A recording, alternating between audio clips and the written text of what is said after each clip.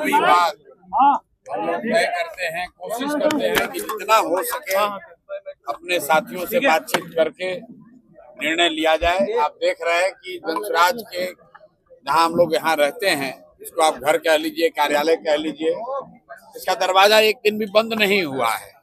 बाकी नेताओं ने, पार्टियों ने अपना दरवाजा बंद कर रखा है। उनको डर होता है कि टिकट बांटेंगे तो लोग हंगामा करेगा। हम लोग के यहाँ हंगामा कोई नहीं है, कोई डर नहीं है, कोई पुलिस नहीं, कोई सुरक्षा नहीं, क्योंकि जनसुराज में पैसा लेके टिकट नहीं बंटता है।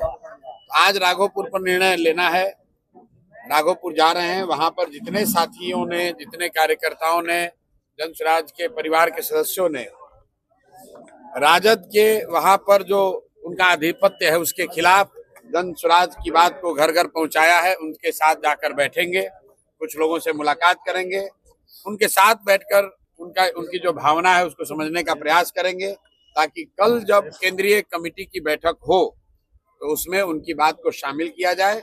और कल उस पर जैसे बाकी सीट पर निर्णय होगा वैसे राघोपुर पर भी होगा। इसलिए आज मैं खुद से जा रहा हूं राघोपुर, दिन भर रहूंगा और ये समझने का प्रयास करूंगा कि वहां पर क्या कुछ करना चाहिए, कौन सबसे बेहतर व्यक्ति है जो चुनाव लड़ने के लिए माकूल पार्टी जिसको समझती है उसका नाम कल के लिए रिकमेंड किया जाएगा।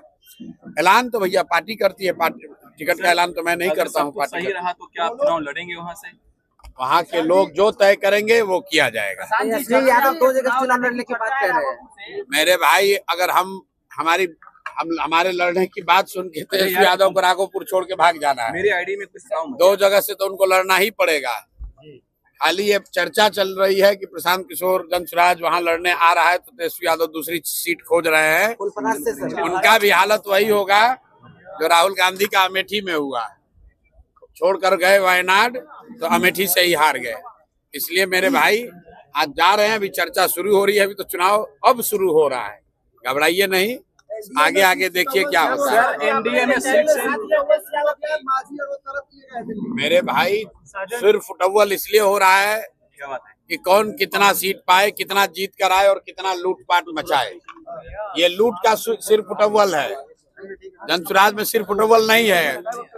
जो भी है, जो जिन साथी कार्यकर्ताओं ने काम किया है उनमें से ही कुछ लोगों को टिकट मिल रहा है, जिनको नहीं मिल रहा है उनको इस बात का दुख जरूर होगा कि उनको नहीं मिला, लेकिन इस बात का उनको जरूर एहसास है कि जिसने काम किया है उसी में से किसी को मिला है। कुछ आरोप लगा रहे हैं प्रशांत जी आप पर, टिकट इधर-उधर। बिल्कुल ठीक बात है, आरोप तो लगेगा ही भाई। कुल मिला जुलाकर 243 लोग ही चुनाव लड़ सकते हैं, लेकिन जनसुराज को बनाने के लिए तो हजारों लोगों ने खून पसीना बहाया है।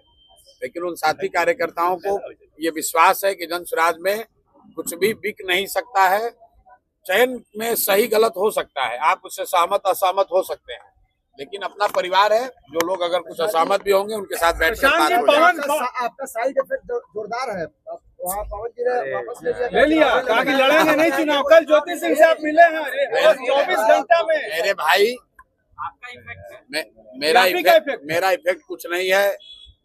न्यायालय में हमको चुनौती देने वाले अशोक चौधरी ने कहा कि हम अब जनता की अदालत में जाएंगे। आपके जरिए मैं पूछना चाहता हूं कि वो घोषित करें कि किस विधानसभा में जनता की अदालत में आ रहे हैं।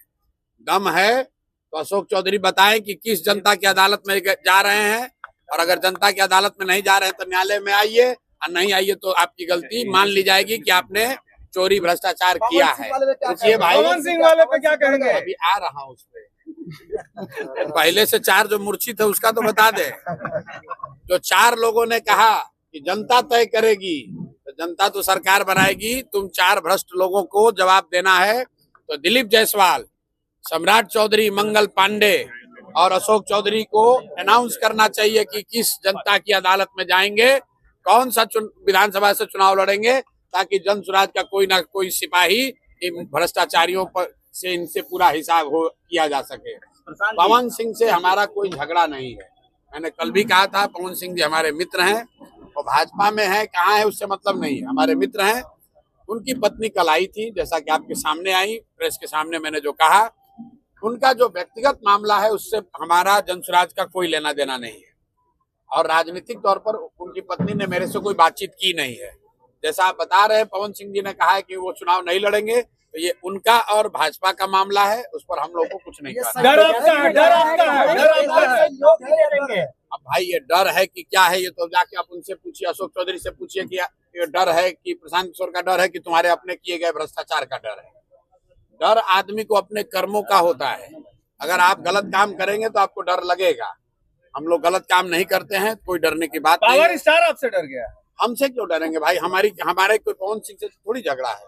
हमारा पवन सिंह से कोई झगड़ा नहीं, हमारे मित्र है। सुनिए पवन, हाँ बिल्कुल, तेजस्वी को इसलिए डरना चाहिए कि राघोपुर की जिस जनता ने मुख्यमंत्री बनाकर रखा है, उप मुख्यमंत्री, उनके माँ बाप को, राघोपुर की जिस जनता ने उनको उप मुख्यमंत्री बनाया, उस राघोपुर की जनता, वहाँ के बच्चे, वहाँ के परिवार, वहाँ की महिलाएं किस कष्ट में जी रही हैं, इसकी चिंता तेजस्वी ने नहीं की है, इसलिए उनको डरना चाहिए।